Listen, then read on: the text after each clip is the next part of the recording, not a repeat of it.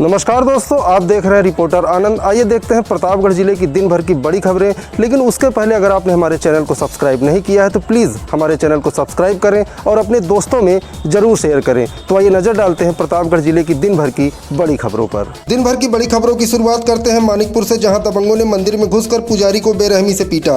बीच बचाव करने पहुंची पुजारी की पत्नी को भी दबंगों ने लाठी डंडे से पीटा। मानिकपुर के पौराणिक सिद्धपीठ मां ज्वाला देवी मंदिर पर गंगा प्रसाद शुक्ल पुजारी हैं और मंदिर में पूजन अर्चन के साथ साथ साफ सफाई की भी जिम्मेदारी देखते हैं। मंदिर परिसर के पास ही रहने वाले मनोज मोदनवाल और विनोद मोदनवाल पुत्र स्वर्गीय श्यामलाल मोदनवाल आए दिन मंदिर परिसर पर गंदगी फैलाने के साथ ही साथ श्रद्धालुओं के साथ अभद्रता करते हुए अराजकता का माहौल पैदा करते हैं, जिसका विरोध पुजारी गंगा प्रसाद अक्सर करते थे। आज पुजारी गंगा प्रसाद मंदिर में पूजन अर्चन कर रहे थे, तभी दबंगों ने मंदिर में घुसकर पुजारी के साथ मारपीट की। लाठी डंडों से लैस दबंगों ने पुजारी गंगा प्रसाद को बेरहमी से पीटा। बीच बचाव करने आई उनकी पत्नी को भी मारा पीटा, जिससे उन्हें भी गंभीर चोटें आई हैं। शोर शराबा सुनकर जब आसपास के लोग दौड़े तो दबंग जान से मारने की धमकी देते हुए भाग निकले, जिसके बाद आसपास के लोगों ने पुजारी को अस्पताल पहुंचाया, जहां उनका इलाज हुआ। घटना की सूचना मिलते ही मानिकपुर पुलिस ने आरोपियों को हिरासत में ले लिया। मंदिर के पुजारी के साथ मारपीट की घटना से क्षेत्रीय लोगों में काफी आक्रोश पनप उठा और लोग कड़ी कार्रवाई की मांग करने लगे। पुलिस ने जब आरोपी को 151 में चालान करके मजिस्ट्रेट के सामने पेश किया तो आरोपी को जमानत नहीं मिली। पुलिस अब आरोपियों को जेल भेजने की तैयारी कर रही है।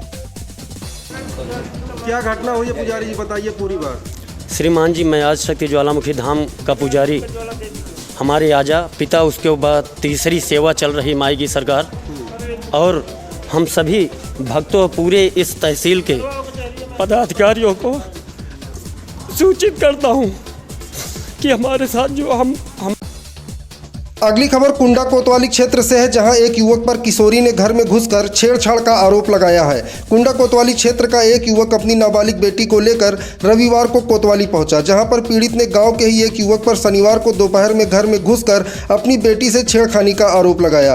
पीड़ित का कहना है कि युवक आए दिन उसकी बेटी को परेशान करता है और शनिवार को दोपहर जब उसकी बेटी नहा रही थी तभी वह जबरदस्ती दरवाजा खोलकर घर में घुसा और छेड़खानी करने लगा। बाद में उसकी बेटी के चिल्लाने पर धमकी देते हुए युवक भाग निकला। देर शाम आरोपित युवक अपने 3-4 साथियों के साथ उसके घर पहुंचा और कहा कि अगर कहीं शिकायत किया तो जान से मार देंगे। पीड़ित ने रविवार को कुंडा कोतवाली में तहरीर देकर कार्रवाई की मांग की। कोतवाल कुंडा डीपी सिंह ने तत्काल महिला एसआई नीता त्रिपाठी को जांच के लिए मौके पर भेजा और मुकदमा दर्ज कर कार्रवाई की बात कही। उधर गांव में चर्चा है कि आरोपित युवक ने छेड़छाड़ से आहत होकर बीते शनिवार को जहरीला पदार्थ खा लिया, जिससे परिजन स्थानीय अस्पताल में भर्ती कराए थे, जहां से हालत खराब होने पर उसे प्रयागराज रेफर कर दिया गया। घटना में सच्चाई क्या है ये तो पुलिस के जांच के बाद ही पता चलेगा। अगली खबर नवाबगंज थाना क्षेत्र से है, जहां अधेड़ की हुई हत्या का पुलिस ने खुलासा कर दिया। कल नवाबगंज थाना क्षेत्र के अदलाबाद माइनर के पास कणोरो गांव में संग्रामगढ़ थाना क्षेत्र के गमेलन का पूर्वा भद्दू गांव निवासी राम बहल की रक्त रंजित लाश मिली थी। शव देखते ही इलाके में सनसनी फैल गई। मृतक के पिता ब्रिजलाल ने अज्ञात के खिलाफ हत्या की रिपोर्ट दर्ज कराई थी। घटना के बाद पुलिस ने परिजनों व अन्य लोगों से पूछताछ शुरू की तो अवैध संबंधों की काली दास्तां सामने आई। पुलिस के मुताबिक मृतक राम बहल की पत्नी का गांव के ही सुरेश उर्फ टोपी से अवैध संबंध था। पुलिस ने मृतक की पत्नी का फोन सर्विलांस पर लगाया तो अवैध संबंधों को परवान चढ़ाने वाली हत्या की दास्तां का खुलासा हो गया, जिसके बाद पुलिस ने संग्रामगढ़ थाना क्षेत्र के बद्दू गांव के सुरेश उर्फ टोपी और छाछा मऊ के संत राम उर्फ पुजारी को गिरफ्तार कर लिया। पूछताछ में दोनों आरोपितों ने हत्या की बात स्वीकार करते हुए बताया कि हत्या में उनका एक और साथी रायबरेली जिले के ऊंचाहर के सुकुल्लापुर निवासी राजा राम भी शामिल था। पुलिस ने उसे भी अरका के पास से गिरफ्तार कर लिया।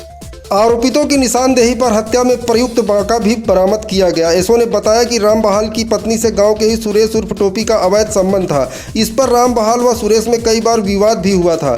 सुरेश व संत राम महाशिवरात्रि पर साजिश से राम बहाल को ऊंचाहर के बड़ा गांव शिव मंदिर ले गए। वहां से राजा राम के साथ लौटे और रास्ते में तीनों ने मिलकर बांके से हत्या कर राम बहाल का शव नहर में फेंक दिया था। इस तरह पुलिस ने 24 घंटे में हत्या का खुलासा करते हुए आरोपियों को जेल भेज दिया।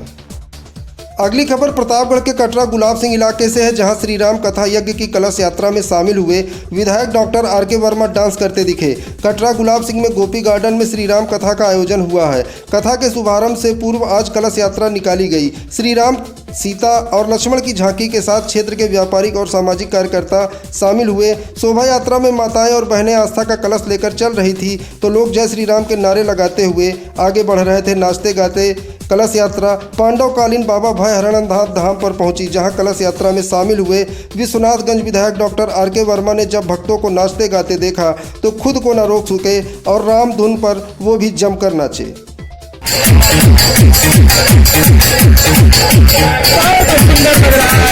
अगली खबर आसपुर देवसरा थाना क्षेत्र से है, जहां टैंकर की चपेट में आने से मजदूर की मौत हो गई।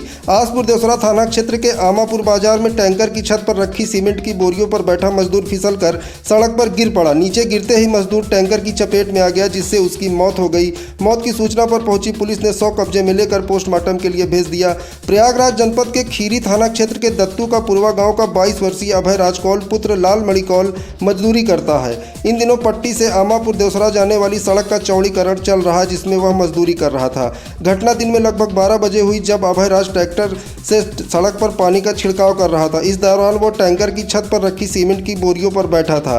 टैंकर तेज रफ्तार होने के कारण अभय राज नीचे गिर पड़ा और उसकी चपेट में आने से काल के गाल में समा गया। घटना की जानकारी होते ही परिजनों में कोहराम मच गया। सूचना पर पहुंची पुलिस ने मृतक के भाई की तहरीर पर टैंकर चालक विजय पांडे के खिलाफ मुकदमा दर्ज कर 100 पोस्टमार्टम के लिए भेज दिया है।